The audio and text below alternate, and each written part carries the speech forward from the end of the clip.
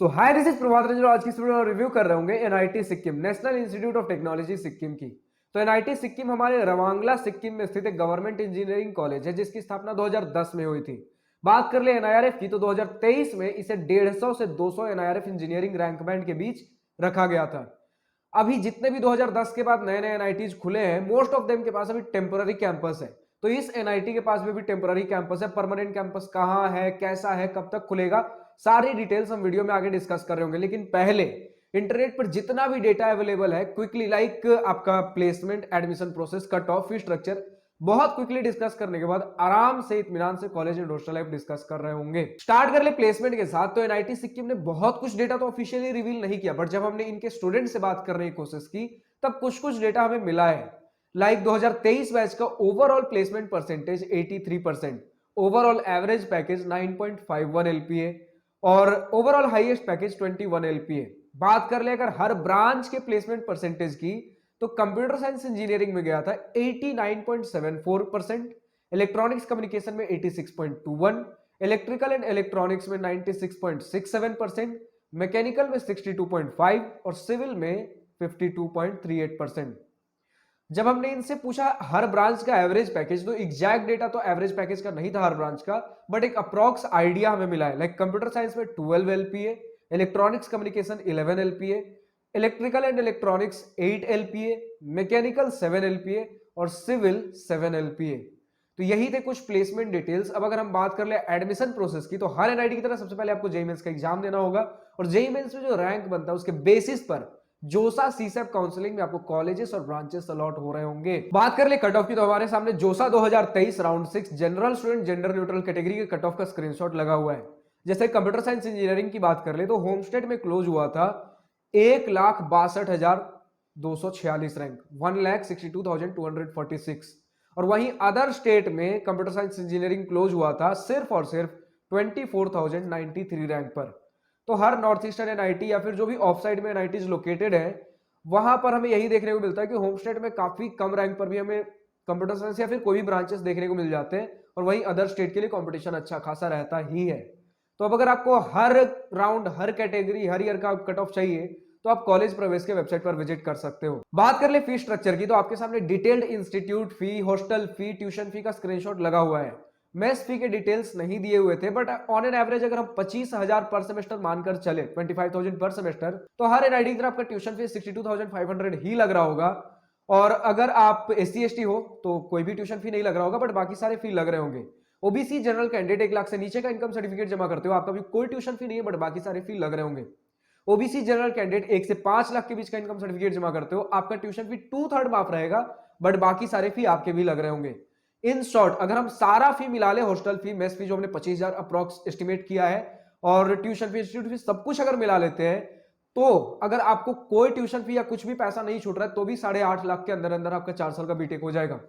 But अगर tuition fee छूट रहा है, इस केस में भी सारे फी मिलाकर, हॉस्टल फी, मेस फी, सब कुछ मिलाकर ट्यूशन फी अगर छूट रहा है, तो 3.5 लाख के अंदर अंदर 4 साल का बीटेक हो जाएगा। तो फाइनली अब हम पहुंचते हैं अपने कॉलेज एंड हॉस्टल लाइफ वाले सेक्शन पर, जो कि मोस्ट अवेटेड सेक्शन रहता है। तो सबसे पहले तो इसी पॉइंट के साथ स्टार्ट कर दूं कि अभी टेम्पररी कैंपस से ऑपरेट कर रहे हैं, जो कि 20 एकर्स का रवांगला सिक्किम में स्थित है। अब परमानेंट कैंपस तो 100 एकर्स का इन्हें अलॉट हुआ है और बोला जा रहा है ऑफिशियली 2024 से स्टार्ट हो जाएगा। लेकिन जब हमने इनके स्टूडेंट से बात की तभी बोला जा रहा है कि 3-4 साल लग ही जाएंगे, तो 2027-28 लग जाएगा कम से कम, जब आप फाइनली अपने परमानेंट कैंपस में पढ़ने जा रहे होगे।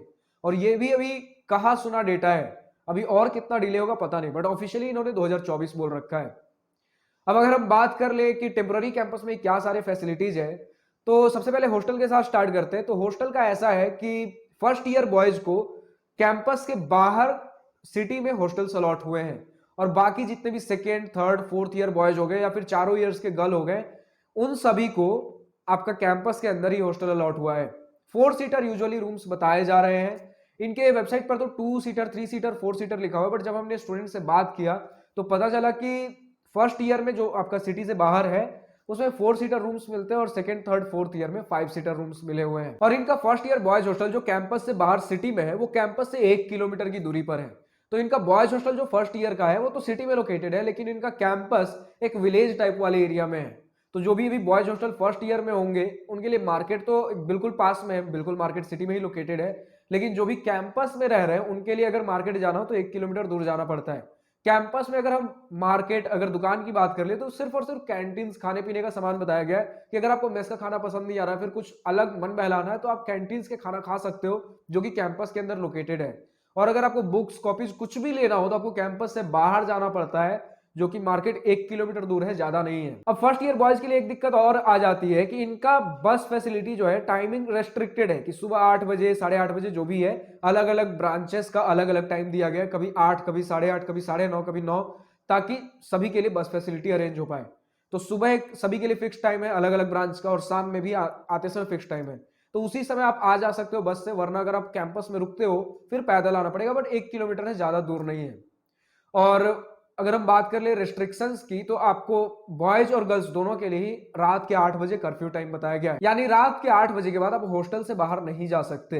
अब हमने इस पर सवाल पूछा कि क्या सिक्योरिटी कुछ इशू है, तो उन्होंने बताया ऐसा सिक्योरिटी का कुछ इशू नहीं है, बस हमारे लिए रूल है तो है। और अगर फैसिलिटीज की बात कर ले तो आपको हॉस्टल्स में वाईफाई की फैसिलिटी मिलती है, पूरे कैंपस में वाईफाई की फैसिलिटी है, बट फर्स्ट ईयर बॉयज जो कि कैंपस से बाहर है उनके लिए वाईफाई फैसिलिटी नहीं है।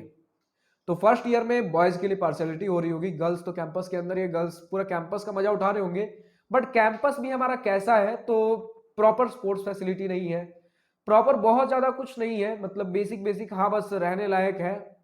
स्पोर्ट्स फैसिलिटी की दिक्कत बताई गई है, रोड्स प्रॉपर मेंटेन नहीं है, बारिश होता है तो रोड्स गीले हो जाते हैं। और अगर हम वेदर की अगर बात कर ही ले तो वेदर कुछ ऐसा है कि बहुत ज्यादा बारिश होता है, मतलब 6 महीने लगभग बारिश ही बताया गया है, और बाकी 6 महीने जब बारिश नहीं होता तो भी दिन में कभी ना कभी बारिश हो ही जाएगा। तो बारिश वाला बहुत मौसम रहने वाला है, और ठंडा भी बहुत ज्यादा होता है। ऐसा है कि समर सीजन में भी आप पंखा नहीं चला सकते, तो उस हिसाब से समझ लीजिए ठंडी के दिनों में कितना ठंडा रहने वाला है। तो बहुत सारे एनआईटीज में रिस्ट्रिक्टेड होता है कि आप रूम हीटर्स और वगैरह वगैरह चीजें आप नहीं चला सकते, क्योंकि उससे बिजली का खर्चा बहुत ज्यादा उठता है। बट इस एनआईटी में हमें पता चला कि आप रूम हीटर्स चला सकते हो, उसके लिए कोई रिस्ट्रिक्शन नहीं, क्योंकि ठंडी बहुत ज्यादा होती है, लेकिन रूम हीटर्स आपको खुद से अरेंज करने पड़ेंगे, वो हॉस्टल्स की तरफ से प्रोवाइडेड नहीं है।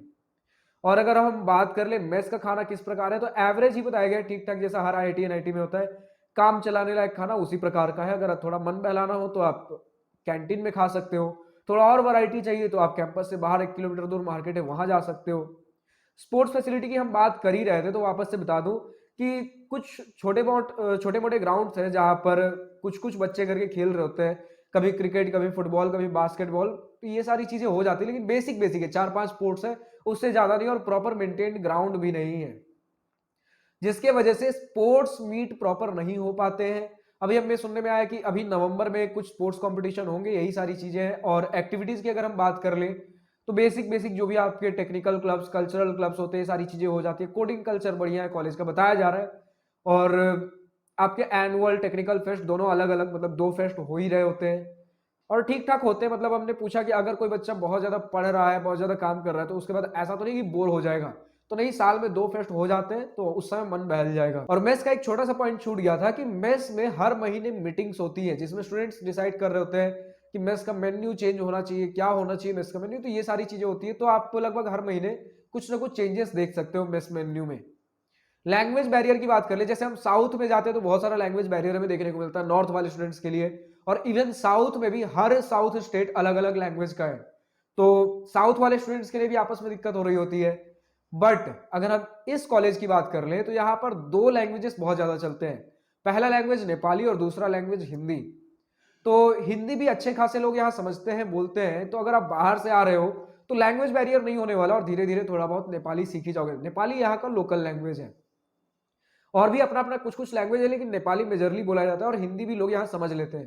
तो लैंग्वेज बैरियर जिस तरीके साउथ के कॉलेज में देखने को मिलता है वैसा यहाँ नहीं है, बट फिर भी एक अलग रीजन से उठकर आप अलग रीजन में जा रहे हो, नॉर्थ या साउथ के स्टूडेंट हो, नॉर्थ ईस्ट में जा रहे हो, तो कम से कम मैनेज करने में 1 महीने का आपको टाइम लग सकता है, तो 1 महीना आपको एडजस्ट होने में लगेगा। और कई बार स्टूडेंट्स पूछते हैं कि भैया सीनियर्स कैसे हैं, रैगिंग जैसा तो कुछ नहीं होता, तो यहाँ पर नहीं होता, क्योंकि सबसे पहली बात, हॉस्टल्स इस प्रकार अलॉट किए हैं कि फर्स्ट ईयर में जब आप नए नए आओगे तो सीनियर से दूरी ही रहने वाली है, मतलब सीनियर से अलग हटके आपको हॉस्टल्स मिलेंगे, और रैगिंग जैसा कोई माहौल नहीं बताया गया अभी तक, तो सीनियर से आपको कोई दिक्कत नहीं होने वाली, सीनियर सपोर्टिव है।